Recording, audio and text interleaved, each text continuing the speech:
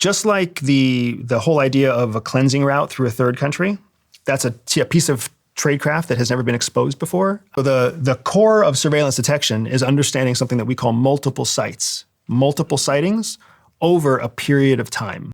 So I need to see the same person, the same vehicle, the same face, the same profile. Profile meaning, tall, Caucasian male, mid-50s. I need to see the same profile several times over a period of time where I'm changing locations.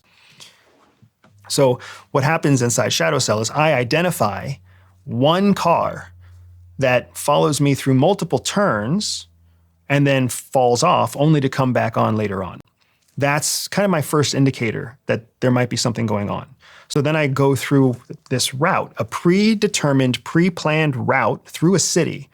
And the only reason I'm doing that route is so that I can drag people along with me to see if they're going to behave like surveillance. And from that route, I find that it's not just one car, it's actually two other cars. And when I get out of my own vehicle to walk on foot, there are very specific people who then follow me on foot. And then in the third part of the surveillance detection route, I find that the same people who are following me on foot are also the people driving the cars that are following me inside vehicles. So most surveillance detection routes are executed in this very prescribed, very specific process so that you can see who's actually following you. And you did that. You discover that there's multiple people following you in multiple vehicles. And when you discover that, it's terrifying. Yeah, I was going to say. It's absolutely terrifying. I was actually going to the arcade to try to collect more information about my surveillance team, but I was trying to give them time and space so they could observe me in a public setting.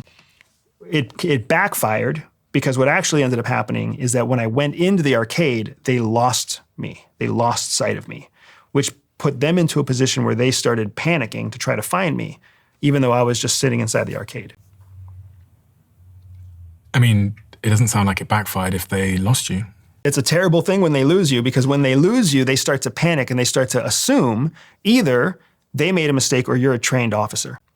If you're a trained officer, if that's the conclusion that they make, they can come in and arrest you. If they lose you, then they start to make mistakes. And when a surveillance team starts to make mistakes, it means that they might stumble across you. So when they, in this case, in the story that we share in ShadowCell, when the surveillance team broke into a starburst means they broke ranks to try to find me in the arcade. And it was in that moment that I realized they know that I see them and I know that they see me, and this is bad. You locked eyes with them.